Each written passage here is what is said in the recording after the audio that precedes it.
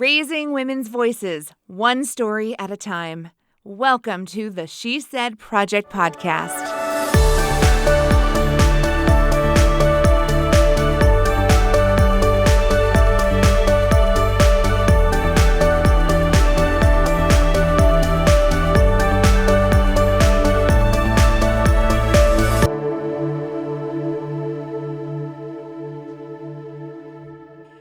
Thank you, everyone, for joining us. You are listening to another episode of the She Said Project podcast, where we connect with women who have appeared live on stage in That's What She Said shows, sharing personal stories. And now we want to learn more about the story behind the story.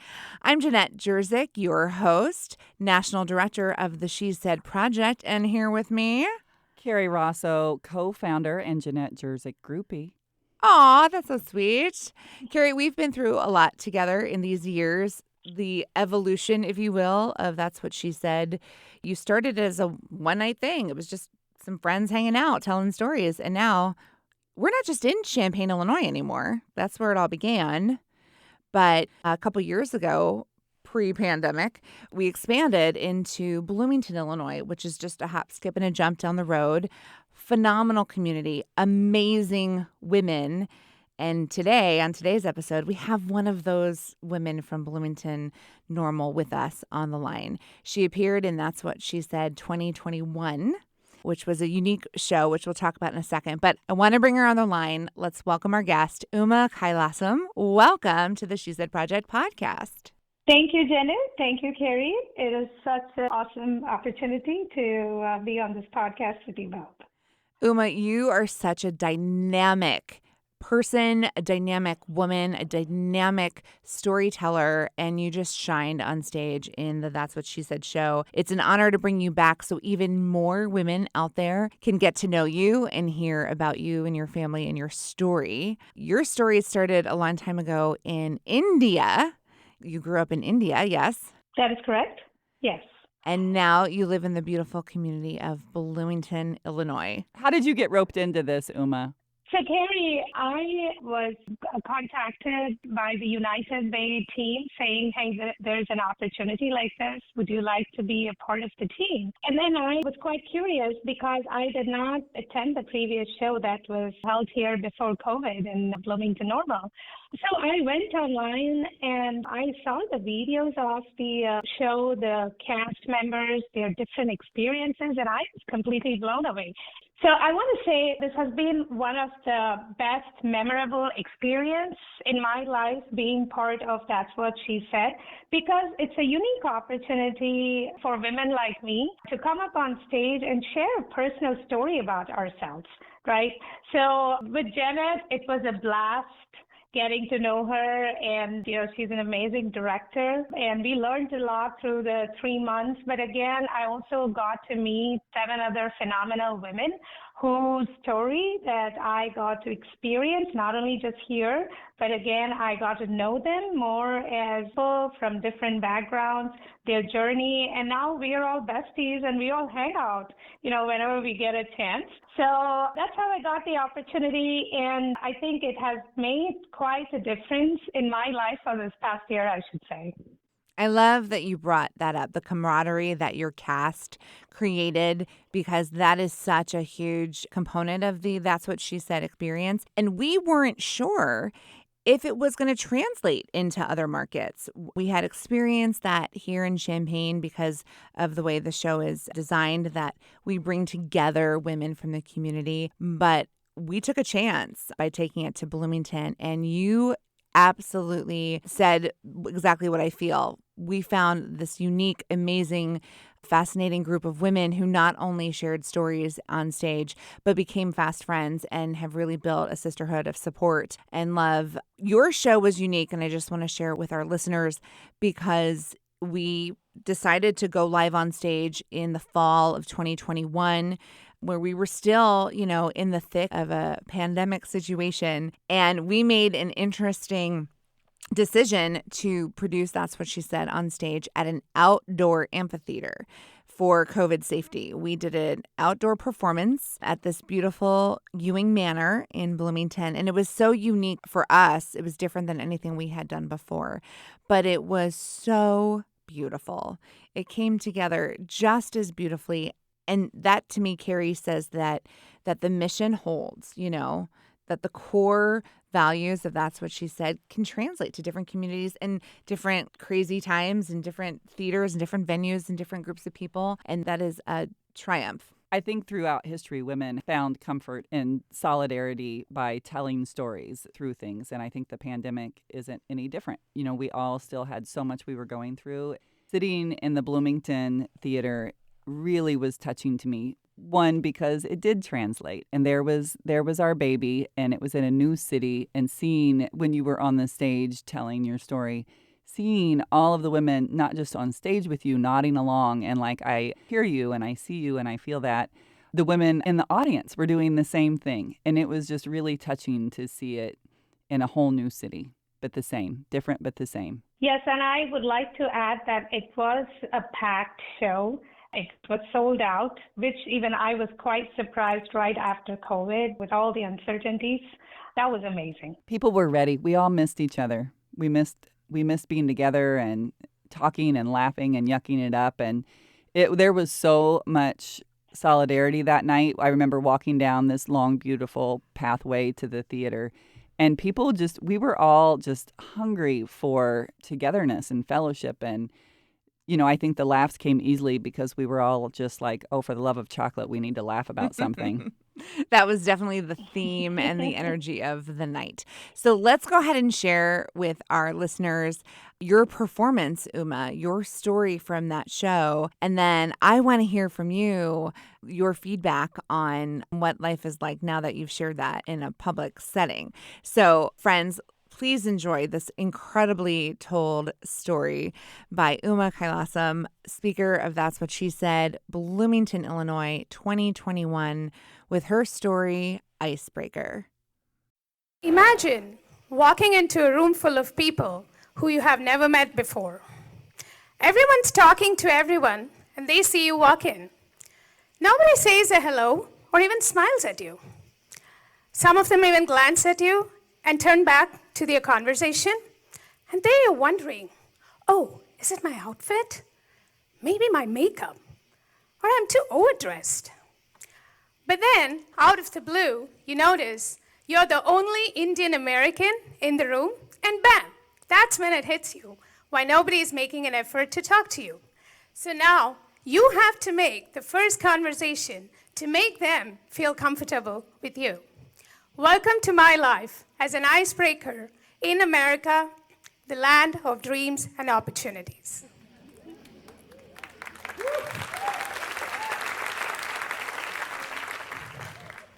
So let me guess your first thought when you see me for the first time. Oh, she must be from a very conservative Indian family. She probably does not even speak good English. She won't drink because it's against her religion, and I'm sure she's a vegetarian. And I bet $100 her marriage was arranged by her parents. Can you believe some countries still do that? So let me set the record straight up front for you, my friends. I'm as American as anyone in this room today.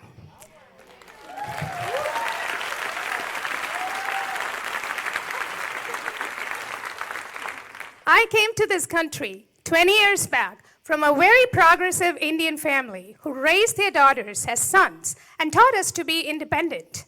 English is my first language, and I grew up watching shows like The Knight Rider and The Full House. And of course, a lot of Bollywood movies. I love my steak medium well with a nice glass of Cabernet. Thank you very much. And I have answered so many questions about my marriage because I definitely got myself into a love marriage, as we say in India. I was born and raised in Kuwait, one of the richest countries in the Middle East. My parents were immigrants, but we lived among a huge Indian population. So life was quite normal, being part of the community, and I went to an Indian school where I perfectly fit in. So during the Iraq-Kuwait war, we had to move back to India, and I continued my high school and undergrad in India.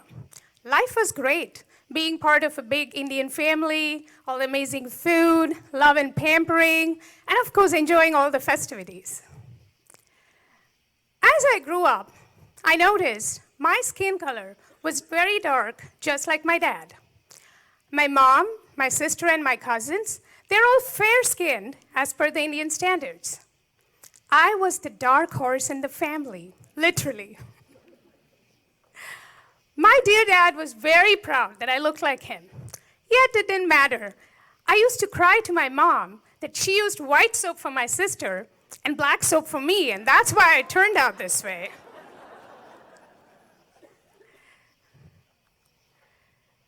But my poor mother, she always used to feel very sad when I said this, and always assured me that she felt the same about both of us.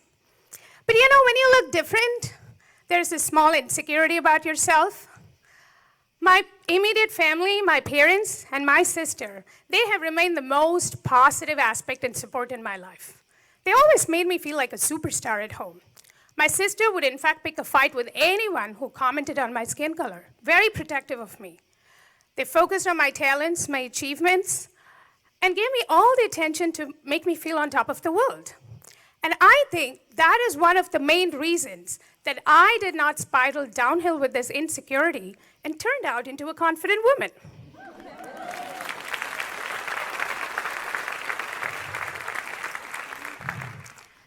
My complexion and my skin color, it became a non-issue after a point in my life. So after I finished my undergrad, I got an opportunity to do a master's program in the United States. It was such an exciting opportunity for me because I got to break the conservative barrier that girls could travel to countries like the United States only after they have been married. America is the land of opportunities and a country built by immigrants from all over the world. How exciting and fascinating. So in my mind, I should perfectly fit in there comfortably. So I landed in Tampa, Florida to pursue my master's in computer engineering. I should say it's one of the greatest experiences of my life because I got to learn a new culture and find the best of the both worlds that I came from. I have lived in Bloomington Normal Community for over 13 years. I love to be part of the community that I live in. We are part of a big Indian community, very actively involved. My husband and I, we own a few businesses here in town, and we also run a nonprofit language school for Indian kids. We are very active in the community by being on the board of nonprofits, supporting various causes. We're very social. We love to make new friends and attend a lot of events.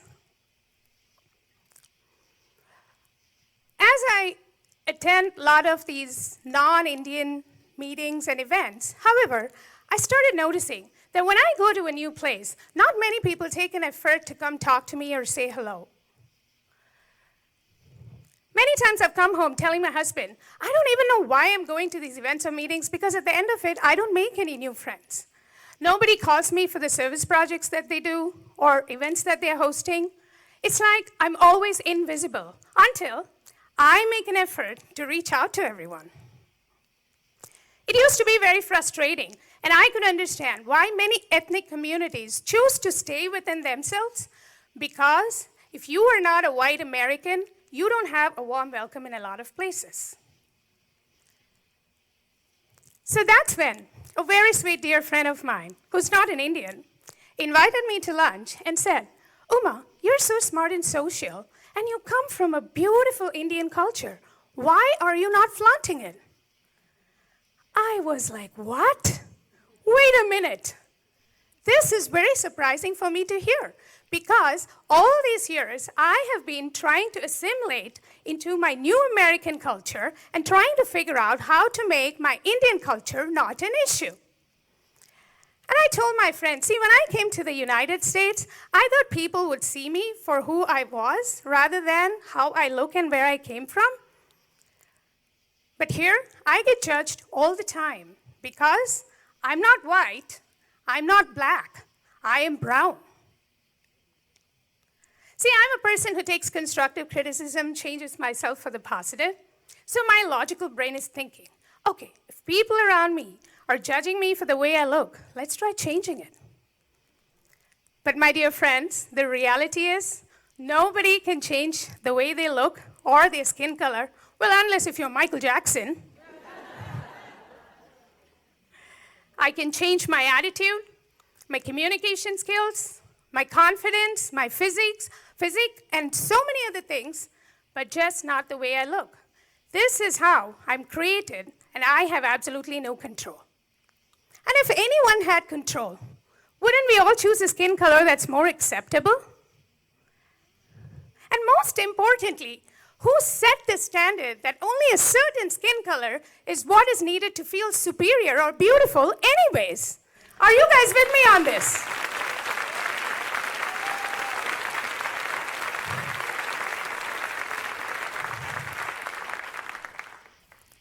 So I told my friend, it's very surprising to me that educated people in top professions want to make me feel different, that I don't fit in. But see, I come from India, a country rich in culture, education, and hospitality. We treat everyone like our own family. And the Indians coming to the United States are highly educated and in top profession. Yet, it's very shocking on how much emphasis is placed on something that's given to you at birth and that cannot be changed.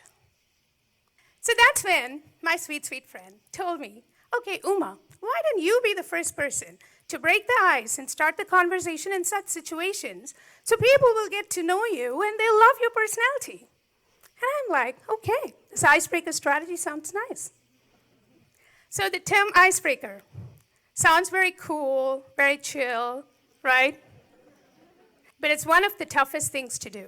You need to have confidence and courage to walk into a room full of people, go talk to a stranger to make them feel comfortable with you and to accept you for who you are. See, those who know me, they know I'm not shy to talk or approach anyone. I can confidently go introduce myself today to Jeff Bezos or Elon Musk and talk about their amazing space journey. So one good thing that came about being an icebreaker is I became fearless of being judged. I became very comfortable wearing my Indian outfit to any event that I wanted to.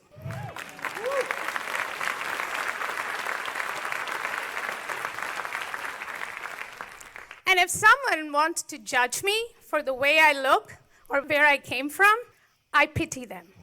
Is this the worldly view and knowledge that you have in the current world? So, I come into America from different countries. I have to face these challenges, and I'm able to accept them. But my children, who are born and raised here, well into their American way of life, are facing these challenges every day. And that's what breaks my heart. So let me share a recent incident with you. My daughter's heart is set into a sports activity, and she joined a new center. She's the only Indian kid in the center. She's so passionate about this sport that as parents, we want to encourage her. The center conducted a social for kids and families to get to know each other. My daughter was super thrilled because she had only been there a couple weeks and she was so excited to make new friends. And she said, "Mommy, do you want to go with me?" I was like, "Of course." So we both were walking into the event, very excited, and we went into the area where the kids and families were. Almost everyone turned to look at us, but at the same speed, immediately turned back. Not even a smile or a hello. There were moms at some of the tables. Nobody said hello or offered me a spot at the table. And I was like, all this doesn't bother me anymore. I'm here for my daughter. So my daughter saw a few friends that she trained with and said, "Mommy, I'm just going to go sit by them." She went over, and the girls blankly told her to her face, "Sorry, you cannot hang out with us. There is no space for you next to us." I was just watching in horror, and my heart sank because there were so many empty seats next to them. And I told my daughter, "If you want, we can leave this place. I don't want you being around such rude girls and their parents who do not even acknowledge our presence here." But my sweet, sweet daughter said, Mommy, it's okay. I don't think they meant what they said. I'll just go sit by them. All through lunch, none of them even turned towards her or said a word to her. She tried to play games that they were conducted, participate in the activities, meet with new people, but at the end of the 2 hours, she did not make any friends. And it's not because my daughter is not social or friendly, it's because she was the only kid that looked different that day, and nobody wanted to take her in their group. I admire the strength and courage that this child had, and the fact that she accepted that this is how she's going to get treated at such a young age. I came home and I cried to my husband. I said, as a mother, I just could not take this. Who gives them the authority to treat others this way? And in what way is my daughter less? She's an American, born and raised here. She speaks English as her first language and our mother tongue as her second language. She loves High School Musical. She got selected as a performer at Shrek Musical for her beautiful voice. She loves her cheeseburger and fries. We celebrate Christmas. We celebrate all the occasions here. We do all the activities like any other American family. She respects others' feelings so much that she swallows her own feelings to fit in. What more is needed for her to be treated as an equal? I just don't have the answers. The only solution that I have is to teach my kids to be an icebreaker into their American way of life. Isn't that very sad? It's very tiring and exhausting. So the next time you see someone that does not look like you walk in, just give them a smile and welcome them to sit with you. It means a lot.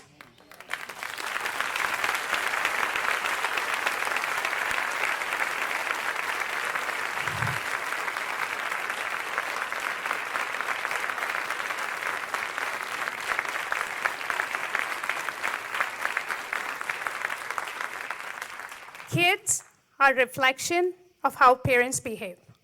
So let's teach our children, the future generation, to see people for what they are on the inside and not what shade they are on the outside. Thank you. So the goal of the She Said Project podcast is that women everywhere, not just in the cities where the shows happen, can experience these stories and have those Me Too moments, have that true connection to another woman, even if they've never met them before. And Uma, your story does exactly that. It sets the stage for all women, any women who have ever moved to a new community and didn't feel like they belonged right away and faced challenges in joining a new culture. What was it like for you to stand up there loud and proud and share your heart? So to be honest, I was quite nervous. Not for presenting the speech, because thanks to Janet, I had enough practice for that. But my nervousness was basically because I had my friends, my family, people I love, everyone there all cheering me. But again, it was a tough topic, but I really wanted to talk about it because that was something, honestly, something I wanted to get off my chest, but also at the same time, I felt it was more like education so that people know how it feels to be in my shoes, right? And also with my daughter and my kids, I wanted to kind of set this up in a way that it does affect everyone. So I was a little bit nervous more for how would this story be received, right? Would people be upset or will I be offending anyone? But again, it all turned out great.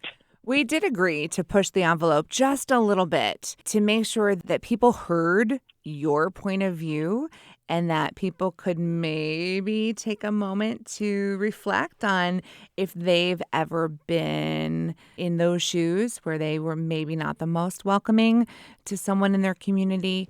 So you're right. We definitely set ourselves up with a challenge of whether or not people would be offended listening to it. But I think you did it in such a classy way that provoked reflection and conversation, not confrontation.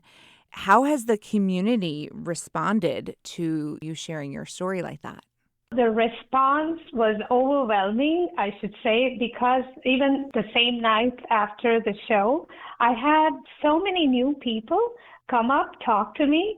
A couple of them actually apologized to me that somehow the behavior in the community made me feel in such a way. And then they said this has been a great experience for them to understand that what it feels like to be me, right? Or people like myself, right? Because I was more bringing out the topic of being an immigrant and being a brown person in this country. I made more new friends that evening.